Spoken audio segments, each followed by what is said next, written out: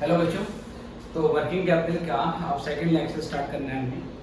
और पिछली क्लासेस में मैंने वर्किंग कैपिटल की थ्योरी डिस्कस की है आपके साथ, और उसमें ऑपरेटिंग साइकिल के बारे में हमने बात की थी। अब उसी ऑपरेटिंग साइकिल के बेस पे हम वर्किंग कैपिटल का एस्टिमेशन कैसे करेंगे वो हमने आज की क्लास में सीखना है। ठीक है, तो टॉपिक क्या है बेटा आज का? आज का टॉपिक है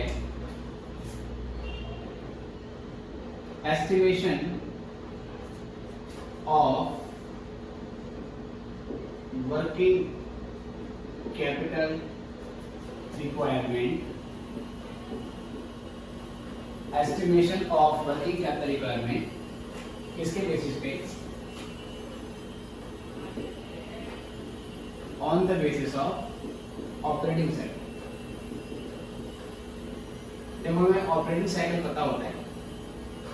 जब हमें ऑपरेटिंग साइकिल पता होता है, हम उसके आधार पर जब वर्किंग कैपिटल को एस्टिमेट करते हैं तो वो टेक्निक कैसे होगी और उसमें कैसे काम किया जाएगा वो हमने इस क्लास में सीखना है। तो पहले एक फॉर्मेट है, वो फॉर्मेट आप लोगों ने नोट करना है अच्छे से, और उसके ऊपर फिर एक एग्जाम्पल और उसका सॉल्यूशन आज की क्लास में हमने करना है। और फिर ये करने के बाद फाइनली हम मॉड्यूल वाले क्वेश्चन को स्टार्ट कर देंगे। ठीक है सर। तो estimation of working capital requirement on the basis of operating cycle. तो पहले इस तरीके से एक टेबल बनती है, पार्टिकुलर्स ये के फॉर्मेट होता है इसमें हमारा। इसमें पहले लेते हैं हम करंट असेट्स। तो करंट असेट्स में पहला आइटम आता है मिनिमम कैश बैलेंस। ये जो मिनिमम कैश बैलेंस है इसकी वैल्यू ऑलरेडी हमें क्वेश्चन में गिवन होती है।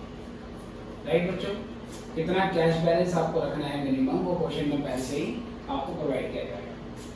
उसके बाद बेटा फिर यहाँ पे लेंगे इन्वेंट्री, और इन्वेंट्री की जो वैल्यूएशन है उसमें तीन चीज़ें होती हैं। इन्वेंट्री रॉ मटेरियल के लिए कितनी, और उसके बाद वर्क इन प्रोग्रेस के लिए कितनी, और फिर उसके बाद फिनिश गुड्स के लिए कितनी। ठीक है बेटी। तो इस सब के लिए हमें क्वेश्चन में पूरे साल का एनुअल प्रोडक्शन या पूरे साल की सेल्स हमें क्वेश्चन में गिवन होती है। और उसके अलावा हमें क्वेश्चन में बताया होता है कि जो हम प्रोडक्ट बना रहे हैं उसकी एक यूनिट को फिनिश करने के लिए, एक कंप्लीट फिनिश गुड्स को प्रोड्यूस करने के लिए कितनी मटेरियल की क्वांटिटी उसमें लगेगी। और इसके अलावा हमें मटेरियल का प्राइस क्वेश्चन में गिवन होता है, उसका रेट हमें क्वेश्चन में गिवन होता है, और उसके अलावा हमें मटेरियल का ऑपरेटिंग साइकिल भी गिवन होता है। मतलब मटेरियल प्रोडक्शन में यूज होने से पहले, वर्क इन प्रोग्रेस में इश्यू होने से पहले कितने दिन तक स्टोर रूम में पड़ा रहता है, ये सारा ऑपरेटिंग साइकिल हमें क्वेश्चन में गिवन होता है। Work in progress finish good बनने से पहले कितने दिन वर्क इन प्रोग्रेस के रूप में स्पेंड करता है वो हमें दिया होता है। और फिनिश गुड्स इन्वेंट्री सेल होने से पहले कितने दिन तक हमारे वेयर हाउस में रहती है वो भी हमें क्वेश्चन में गिवन होता है। तो जैसे कि इस टॉपिक के बेस पे, इस टॉपिक के बारे में आपको नाम से मालूम चल रहा है कि यहाँ पर हमारे जो डिफरेंट एलिमेंट होते हैं, करंट असेट्स के जो डिफरेंट एलिमेंट होते हैं उसमें हर एलिमेंट का ऑपरेटिंग साइकिल हमें क्वेश्चन में गिवन होगा, और उसके आधार पे, उसके बेसिस पे हम वर्किंग कैपिटल की रिक्वायरमेंट को एस्टिमेट कर देंगे। राइट।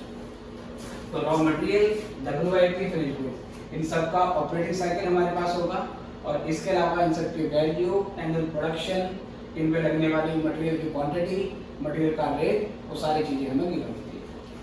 ये सब करने के बाद बेटा तीसरा इसमें पॉइंट आता है हमारे पास रिसीवेबल्स का। जो रिसीवेबल्स हैं उसमें दो चीज़ें आ सकती हैं, एक आता है डेटर्स और एक आता है बिल्स रिसीवेबल। ठीक है सर। इसके अलावा कुछ प्रीपेड एक्सपेंस भी हो सकते हैं, हो सकता है कुछ प्रीपेड एक्सपेंसेस हो तो वो भी इसमें लेंगे। ये सब करने के बाद बेटा हमारा जो टोटल आएगा इसको हम कहते हैं टोटल करंट असेट्स, और we can say gross working capital. ये हमारा ग्रॉस वर्किंग कैपिटल है। इसके आगे अगर यहाँ पर हम कंटिन्यू करते हैं पार्ट नंबर बी, तो हेडिंग लिखी जाती है करंट लायबिलिटीज। अब जो करंट लायबिलिटीज है सर उसके अंदर एलिमेंट आएंगे। पहला आएगा आपका क्रेडिटर्स फॉर परचेजेस। परचेज का मतलब है that is purchase of material. जो मटेरियल आपने खरीदे हैं उसके लिए क्रेडिटर्स यहाँ पे लगेंगे। क्रेडिटर्स बोल सकते हैं, बिल्स पेबल बोल सकते हैं, या जैसे मैंने यहाँ पे रिसीवेबल का कॉमन कॉलम बनाया था, आप ऐसे यहाँ पर पेबल का कॉमन कॉलम बना सकते हो और उसमें क्रेडिटर्स और बिल्स पेबल दोनों यहाँ पर हम लिख सकते हैं। ठीक है सर। तो क्रेडिटर्स में मैं लिख देता हूँ इंक्लूडिंग बिल्स पेबल। अगर बिल्स पेबल है तो वो भी दिखाना पड़ेगा। उसके अलावा आउटस्टैंडिंग क्या नाम है वेजेस, वो आपने यहाँ पे लेना है। वेजेस कितने दिन तक डिले होती है, कितने दिन तक आप वेजेस को ड्यू होने के बाद भी पे नहीं करते हो, उसके आधार पे आपको, उसके बेस पे आपको यहाँ पे लेना है। ऐसे ही आपके पास हो सकता है आउटस्टैंडिंग ओवरहेड्स।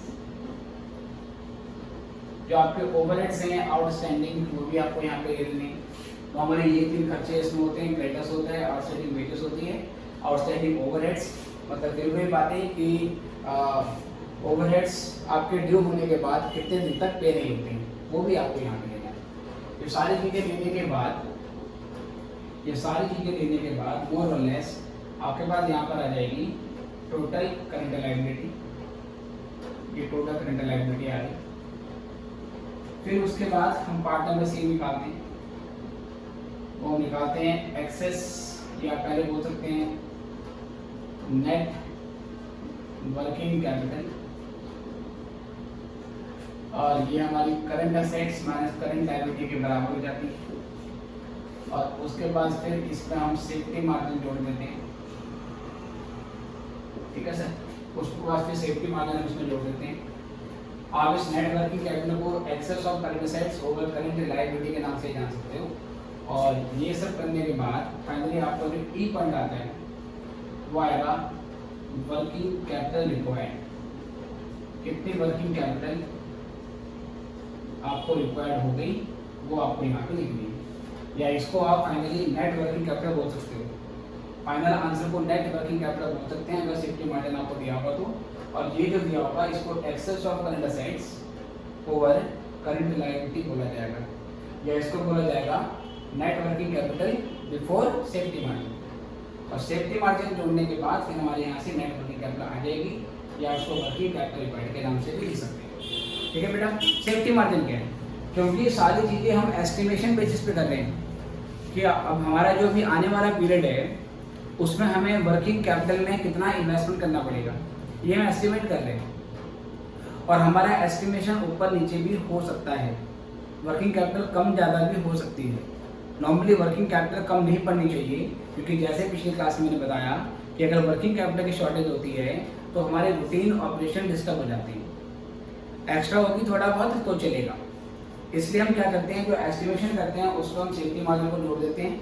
सेफ्टी मार्जिन जोड़ने का मतलब है थोड़ा सा अपनी एस्टिमेटेड अमाउंट को हम और इंक्रीज कर देते हैं, राइट। और इन सभी चीज़ों को निकालने के लिए हमें हर एलिमेंट का ऑपरेटिंग साइकिल चाहिए।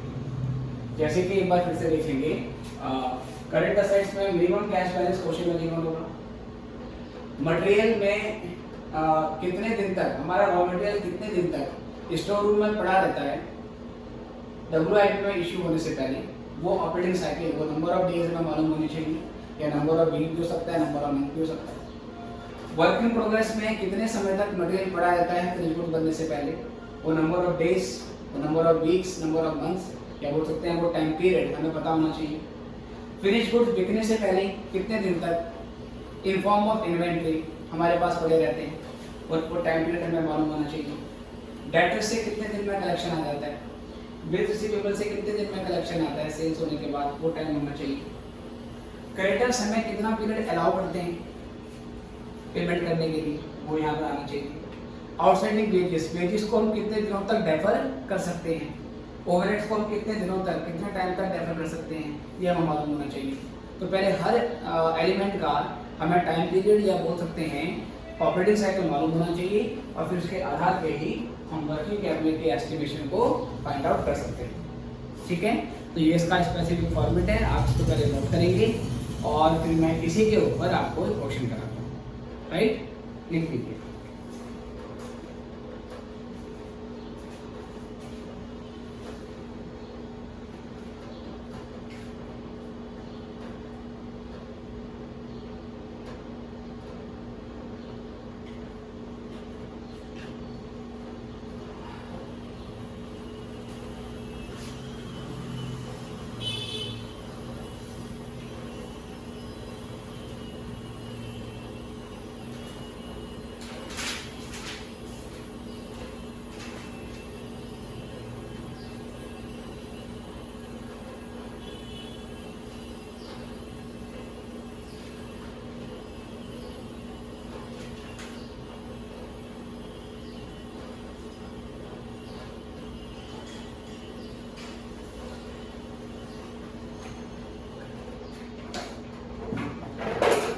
चलिए, आई गेस आपने कर लिया होगा, अदरवाइज किसी भी टाइम आप इस वीडियो को पॉज करके इसको नोट कर सकते हैं।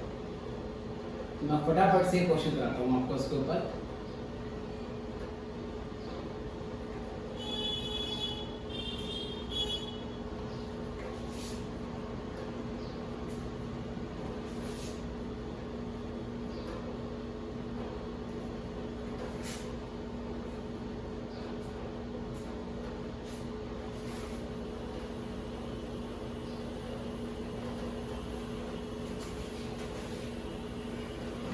चलिए,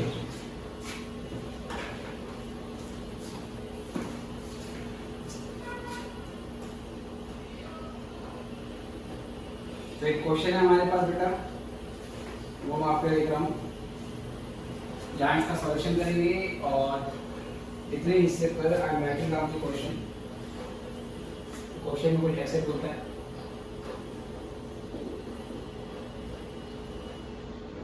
कहता है PQR limited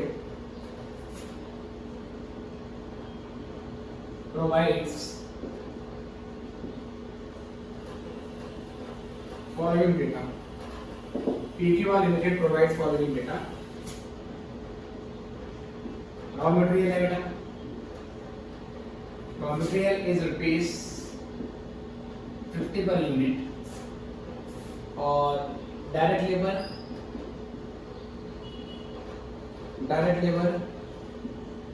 20 per unit,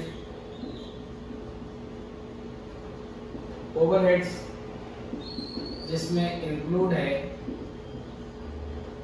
depreciation rupees 10 per unit का, ये है 40। टोटल अमाउंट 110 आ गई, this is your total cost. और उसके बाद इसमें प्रॉफिट ऐड किया है 20 रुपीज का, और ये ऐड होने के बाद हमारा जो सेलिंग प्राइस है वो 130 का हो गया। ठीक है सर, ये करने के बाद आगे बोलता है, कुछ जानकारी आपको दी है, कहता है average raw material in stock is for 1.5 month, average material in work in progress is for 1 month. Next is credit allowed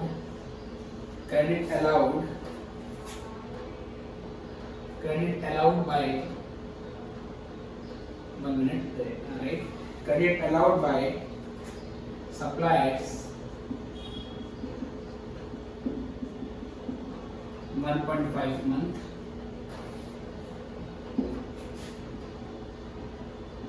Credit allowed to debtors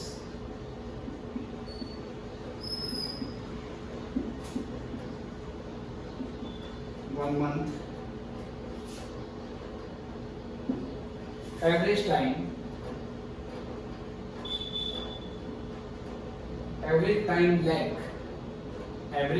lag in payment of wages, average time lag in payment of wages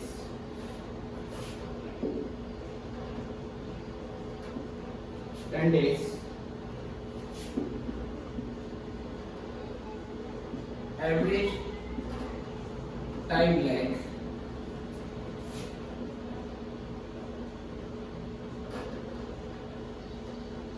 in payment of overheads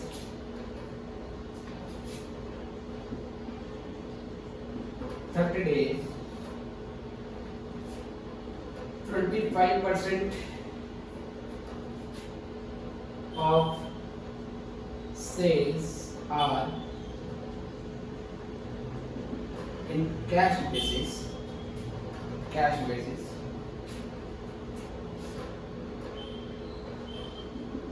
minimum cash balance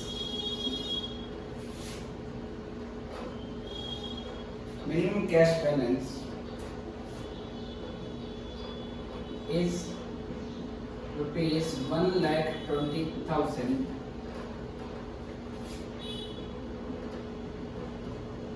Finished goods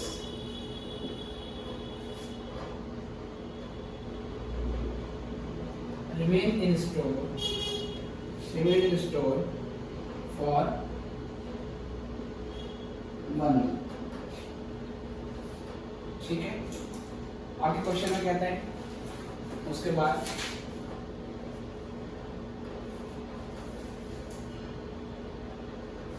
another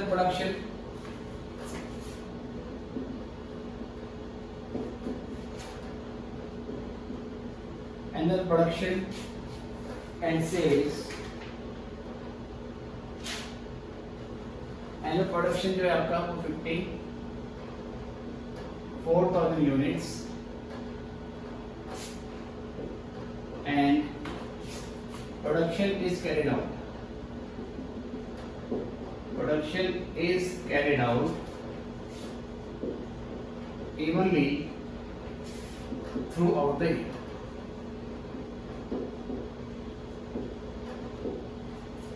ठीक है sir, चलिए इतना पहले question लिख लीजिए, फिर हम solve करते हैं इसको। टेक योर टाइम और क्वेश्चन लिख लीजिए।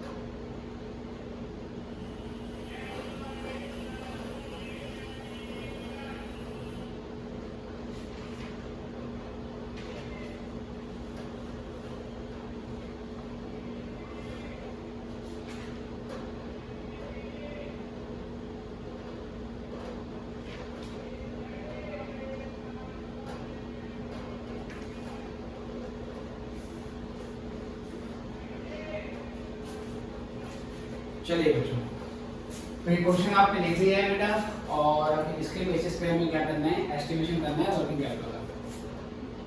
स्टार्ट करते हैं। Estimation of working capital requirement.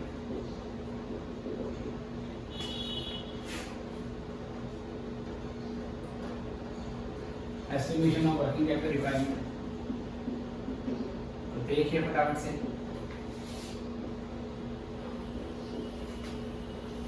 Rupees, तो पहले आपको चाहिए है करंट असेट्स। ठीक है सर, करंट असेट में सबसे पहले आपको चाहिए मिनिमम कैश बैलेंस, जो कि क्वेश्चन में डायरेक्टली गिवन है कि आपको 1,20,000 का चाहिए मिनिमम कैश बैलेंस। तो ये हो गया हमारा 1,20,000। ठीक है जी, चलो सेकेंड यहाँ से। अब यहाँ से लेंगे इन्वेंट्री। अब जो इन्वेंट्री है सर, इन्वेंट्री के अंदर हमें 3 चीज़ें चाहिए। कौन कौन सी? एक तो इन्वेंट्री ऑफ रॉ मटेरियल। अब इन्वेंट्री ऑफ रॉ मटेरियल के लिए पहले हमें ये पता होना चाहिए कि पूरे साल में कितनी इन्वेंट्री लगती है, और फिर इन्वेंट्री का जो ऑपरेटिंग साइकिल है उसके हिसाब से उतने टाइम के लिए कितनी इन्वेंट्री चाहिए होगी, और फिर इन्वेंट्री का रेट हमें मालूम होना चाहिए। तो बेटा इन्वेंट्री का रेट पता है कि रॉ मटेरियल 50 रुपये का आता है, राइट। क्वेश्चन में क्या बोलता है? Average raw material in stock for कितना सर? 1.5 में। कह रहे रॉ मटेरियल हमारे पास ऑन एवरेज 1.5 महीने का चाहिए। इतने महीने तक हमारा पैसा रॉ मटेरियल में ब्लॉक रहता है। कितने महीने के लिए? 1.5 मंथ के लिए। ये 1.5 लिखा हुआ है। क्वेश्चन में बोला हुआ है पूरे साल का प्रोडक्शन 54,000 है और production is carried out evenly through out the year. Production पूरे साल इवनली होता है, ना किसी पीरियड में कम ना किसी पीरियड में ज़्यादा, पूरे साल इक्वल प्रोडक्शन होता रहता है। जब भी आपको लाइन बोली गई हो कि प्रोडक्शन इवन हो रहा है, बराबर हो रहा है, तो आप 54,000 को पहले 12 से डिवाइड करोगे। तो 54,000 को 12 से डिवाइड करने के बाद आपका एक महीने का प्रोडक्शन आ जाएगा। अब उस प्रोडक्शन में रॉ मटेरियल कितना लगा होगा, ये इस क्वेश्चन में मेंशन नहीं है। एक फिनिश गुड्स को बनाने के लिए उसमें कितना मटेरियल लगता है वो हमें नहीं दे रखा। तो हम अज्यूम कर लेंगे कि एक फिनिश गुड्स को बनाने के लिए 1 यूनिट का मटेरियल ही लगता होगा, ठीक है। तो पहले हम क्या करेंगे सर? मंथली प्रोडक्शन निकालेंगे। तो मंथली प्रोडक्शन कैसे निकालेंगे? मैं शॉर्ट में यहाँ पे लिख रहा हूँ। अगर ये हमारा 54,000 है तो आपके समझ जाना कि मंथली प्रोडक्शन जो होगा हमारा, ठीक है बेटी, ये चीज़ आपको लिखनी है, ये क्वेश्चन में नहीं दे रही थी। मंथली प्रोडक्शन होगा 54,000 बाई 12 और आप 54 को 12 से डिवाइड करोगे तो 12 4 जो 48 और 12 का आएगा, तो ये आएगा 4,500 यूनिट, ठीक है सर। देखो सर, तो ये हमारा 4,500 प्रोडक्शन हो जाएगा। तो कैसे करेंगे देखना ध्यान से। पहले 4,500 लिखा, ये एक महीने का प्रोडक्शन आ गया। अगर एक महीने का इतना मुझे 1.5 मंथ का चाहिए, 1.5 मंथ का, तो 4,500 को 1.5 मंथ से इंटू कर दूंगा, ये तो क्वांटिटी आ जाएगी। अगर एक महीने का इतना 4,500 प्रोडक्शन होता है, एक महीने में प्रोडक्शन 4,500 यूनिट का होता है, तो मटेरियल भी 4,500 यूनिट लगा होगा, क्योंकि ये बताया नहीं है एक फिनिश गुड्स में कितना मटेरियल लगता है। तो हम ये मानेंगे एक फिनिश गुड्स में 1 यूनिट का मटेरियल लगेगा। तो 4,500 इंटू 1.5, राइट सर, ये तो क्वांटिटी है। अब हमें इसका रेट भी चाहिए। तो रेट क्या बेटा? हमें रेट में क्वेश्चन दे रखा है 50, तो 50 से इंटू कर देंगे। तो इंटू करने के बाद यहाँ से हमारे पास आ जाएगी वैल्यू। तो 3 चीज़ें मैंने कौन कौन सी निकाली है सर? 3 चीज़ें बेटा क्या चाहिए? एक तो मुझे चाहिए कि भाई इसकी क्वांटिटी कितनी होगी, फिर मुझे चाहिए इसका ऑपरेटिंग साइकिल, ठीक है बेटा, ये ऑपरेटिंग साइकिल है, ये क्वांटिटी है और ये इसका ऑपरेटिंग साइकिल है। ऑपरेटिंग साइकिल का मतलब है कितने महीने तक इन्वेंट्री पड़ी रहती है, 1.5 मंथ तक। ओके बेटा, फिर मुझे क्या चाहिए? फिर मुझे रेट चाहिए। यही सारी चीजें मुझे करंट असेट्स के हर एलिमेंट में चाहिए होंगी। ओके ठीक, तो 4,500 इंटू 1.5 इंटू 50 इसकी वैल्यू निकालेंगे। तो कैलकुलेटर चाहिए इसके लिए हमें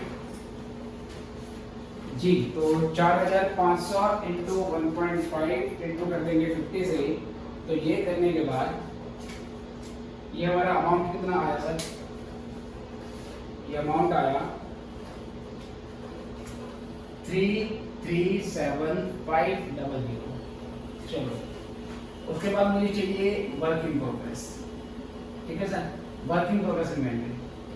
वर्क इन प्रोग्रेस के अंदर 3 चीजें होती हैं। आगे कौन कौन सी सर? इसमें एक चाहिए आपको रॉ मटेरियल, और इसमें एक चाहिए आपको वेजेस, या आप मटेरियल लिख लो, मटेरियल, वेजेस और ओवरहेड। 3 चीजें पार्ट होती हैं वर्क इन प्रोग्रेस इन्वेंटरी का। क्योंकि वर्क इन प्रोग्रेस वो इन्वेंटरी है जिसपे काम अभी चल रहा है। तो मटेरियल पे काम चल रहा है, कौन काम कर रहा होगा? लेबर कर रहा होगा। और जब लेबर काम कर रहा है तो सर उसमें कुछ ओवरहेड भी इनकर होंगे, क्योंकि वो लेबर किसी फैक्ट्री के अंदर ही काम कर रहे हैं, तो उस फैक्ट्री का रेंट भी जा रहा है। फैक्ट्री किसी मशीन से काम कर रहे हैं तो मशीन का डेप भी उसमें जा रहा है ना।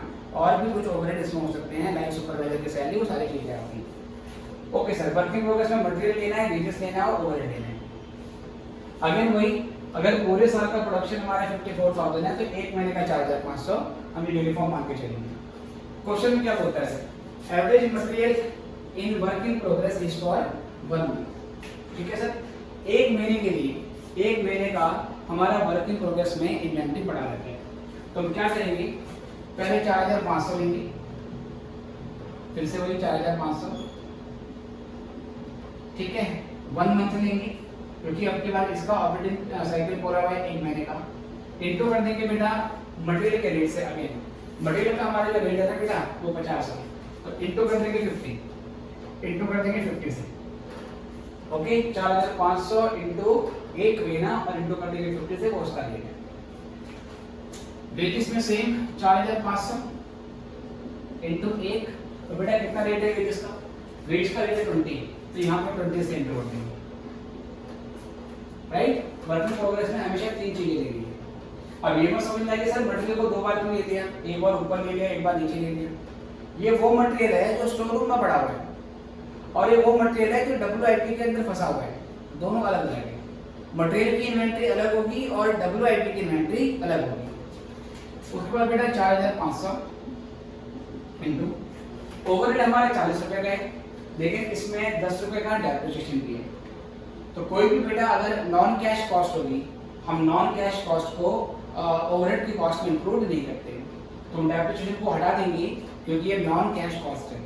हम ये पता लगा रहे हैं वर्किंग कैपिटल के रूप में कितना पैसा हमारा ब्लॉक हो रखा है, कितना हमारा अमाउंट वर्किंग कैपिटल के नाम पे बिजनेस में फंसा हुआ है, वो हम यहाँ पे निकालना चाह रहे हैं। डेप्रिसिएशन क्योंकि नॉन कैश एक्सपेंस होता है, डेप लगाने का ये मतलब नहीं है कि मेरा कैश आउटले हो गया, मेरी जेब से एक्सपेंस हो गया, इससे डेप्रिसिएशन को हम इंक्लूड नहीं करते हैं। तो 40 रुपए का अगर मेरा ओवरहेड है जिसमें 10 रुपए का डेप्रिसिएशन है, तो 40 में से 10 माइनस कर देंगे तो 30, तो 4,500 इंटू 30 ये कर दिया सर।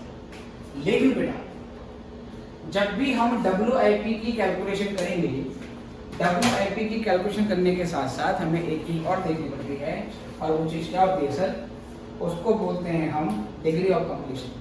राइट, जब भी हम WIP की कैलकुलेशन करेंगे हमें डिग्री ऑफ कंप्लीशन के बारे में भी देखना है, क्योंकि WIP ऐसे गुड्स होते हैं जो 100% कंप्लीट नहीं है। तो मुझे मटेरियल, वेजेस और ओवरहेड इनमें डिग्री ऑफ कंप्लीशन लगाना पड़ेगा। ठीक है सर, अगर मुझे डिग्री ऑफ कंप्लीशन नहीं दिया तो मैं क्या करूँगा, तो नॉर्मल प्रैक्टिस ये है WIP में मटेरियल का डिग्री ऑफ कंप्लीशन हम 100% मानेंगे और वेजेस और ओवरहेड का जो डिग्री ऑफ कंप्लीशन होगा उसको हम 50% मानेंगे, नहीं दिया हुआ तो।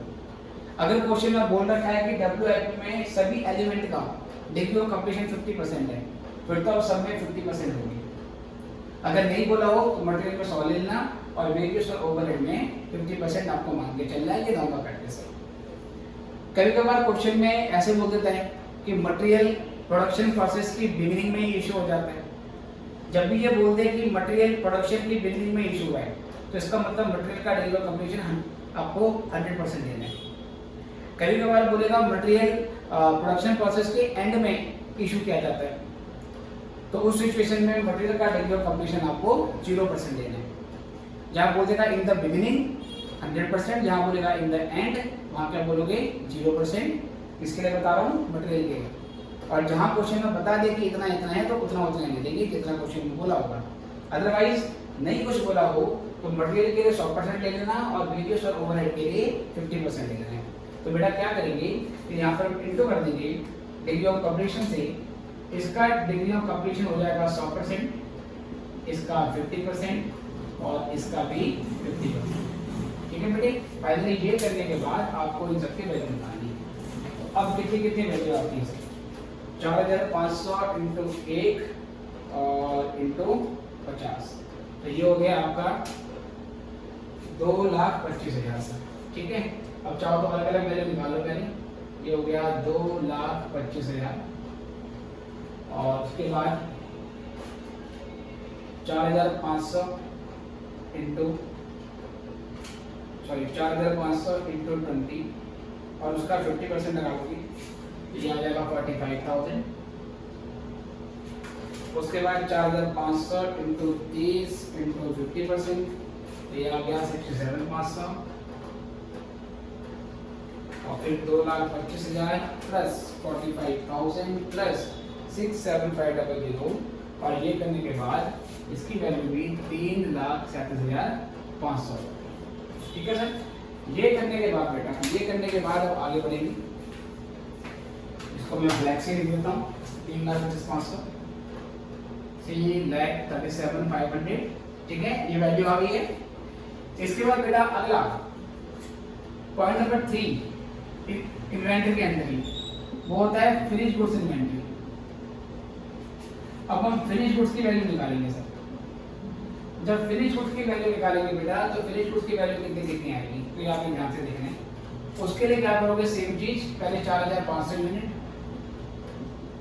फिनिश गुड इन्वेंटरी कितने महीने की चाहिए सर, ये बोला गया finish goods remain in the store for 1 month, 1 महीने के स्टोर में रहते हैं, चलो ये अच्छी बात है।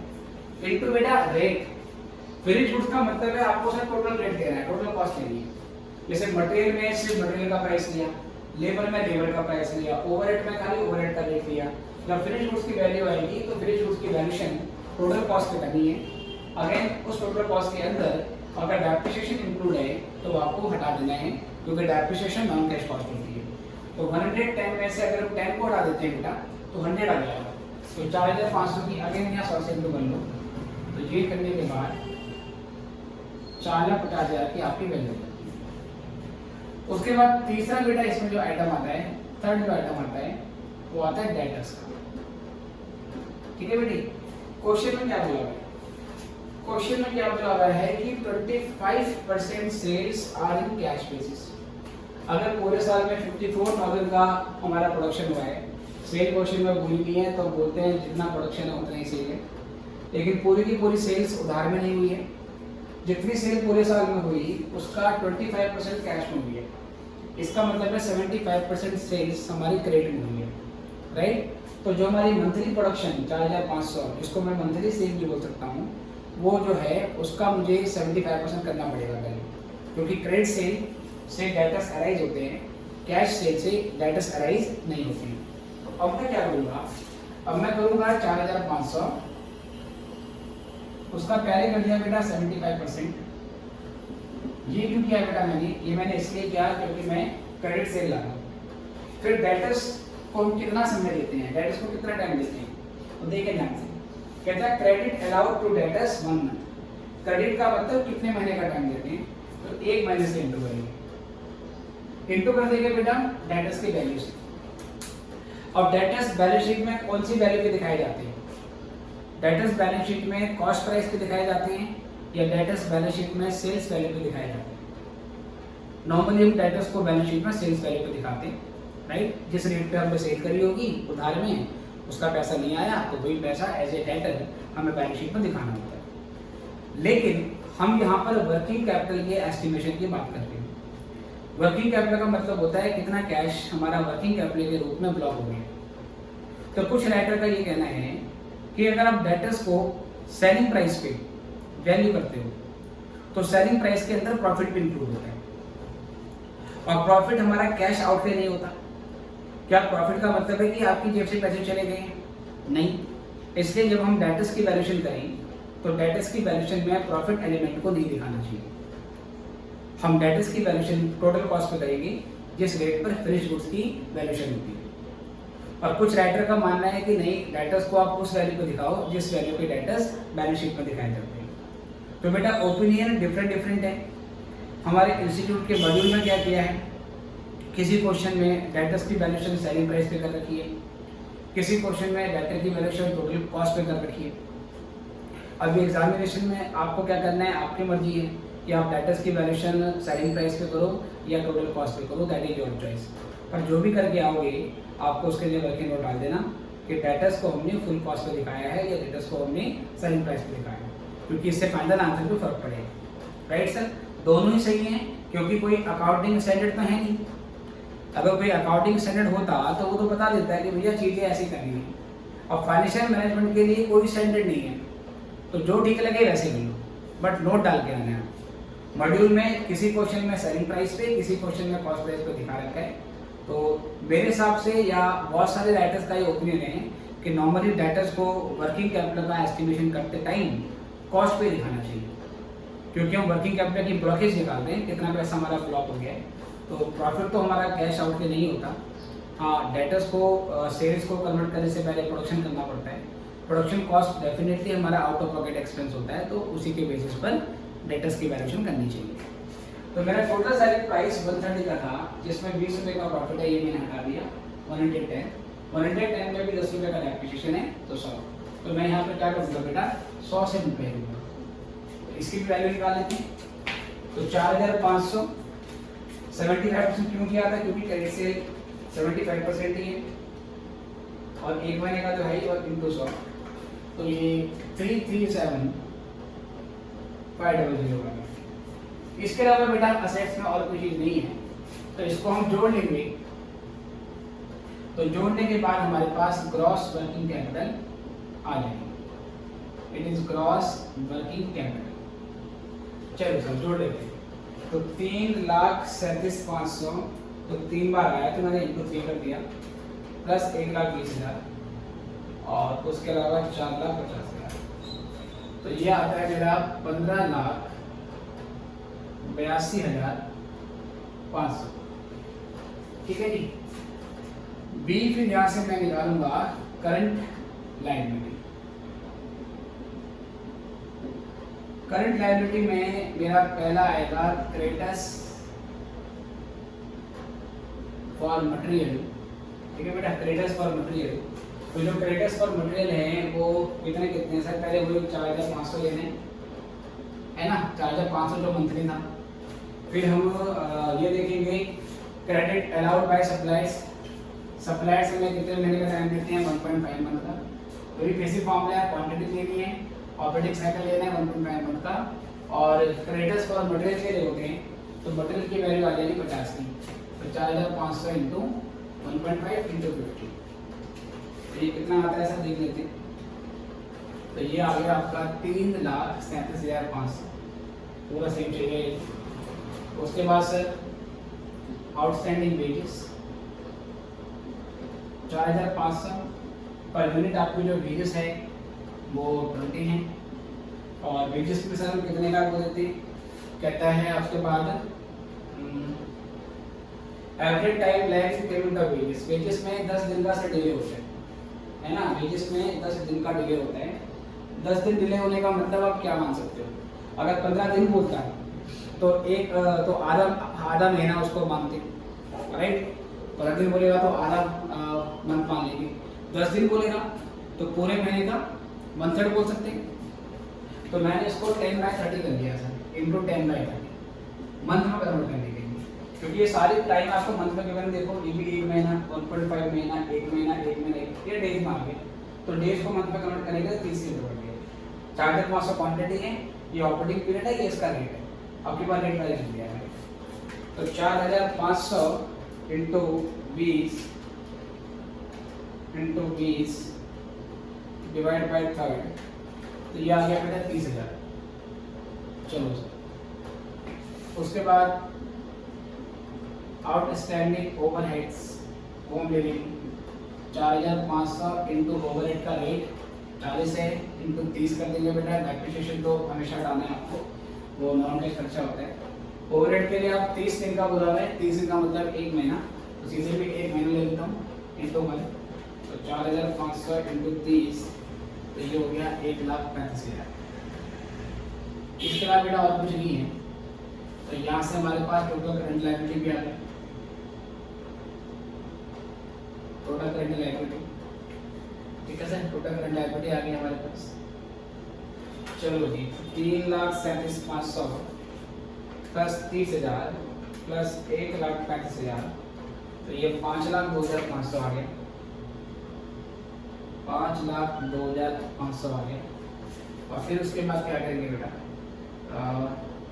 सी वाला पॉइंट आपका आ जाएगा नेट वर्किंग कैपिटल, क्योंकि इसमें सेफ्टी मार्जिन तो है नहीं, सी ए माइनस सी है। तो फाइनली ये 15,82,500 15,82,500 राइट, माइनस 5,02,500, ये माइनस कर देंगे तो 10,80,000 का, ठीक है sir, C A minus C A, और you can write A minus B. ये करने के बाद 10,80,000 की ये आपकी वर्किंग कैपिटल आ जाएगी। तो ये बेटा एक बेसिक क्वेश्चन था, बेसिक फॉर्मूला है जिसमें हम वर्किंग कैपिटल के एस्टिमेशन को कर रहे हैं, ठीक है सर।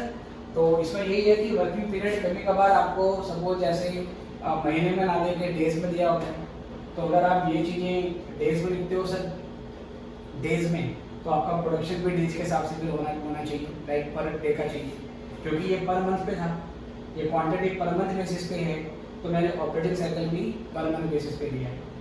अगर सर ये क्वांटिटी में पर डे के हिसाब से ले लेता हूँ तो फिर ये भी मेरा डेज के हिसाब से होना चाहिए, है ना। तो ये चीज़ आपको ध्यान में रखनी होगी। बाकी क्वांटिटी मालूम होना चाहिए, ऑपरेटिंग साइकिल मालूम होना चाहिए और रेट मालूम होना चाहिए। WIP में किसका कितना डिग्री ऑफ कंप्लीशन लेना है वो भी आपको मैंने बता दिया कि कुछ ना बोला हो, मटेरियल के लिए 100 और वेरियस और ओवरहेड के लिए 50-50, और जहाँ क्वेश्चन में जैसे गाइड करेगा वैसे करेगा।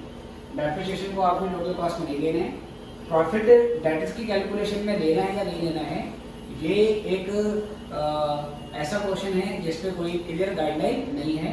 Different writer different point of view से इसको एक्सप्रेस करते हैं। मैंने बता दिया वैसे राइटर्स को कॉस्ट पे करना चाहिए। मॉड्यूल में किसी क्वेश्चन पे कॉस्ट पे क्या है, किसी क्वेश्चन पे सेलिंग प्राइस पे क्या है, राइट। तो कोई दिक्कत नहीं है, दोनों ही सही है।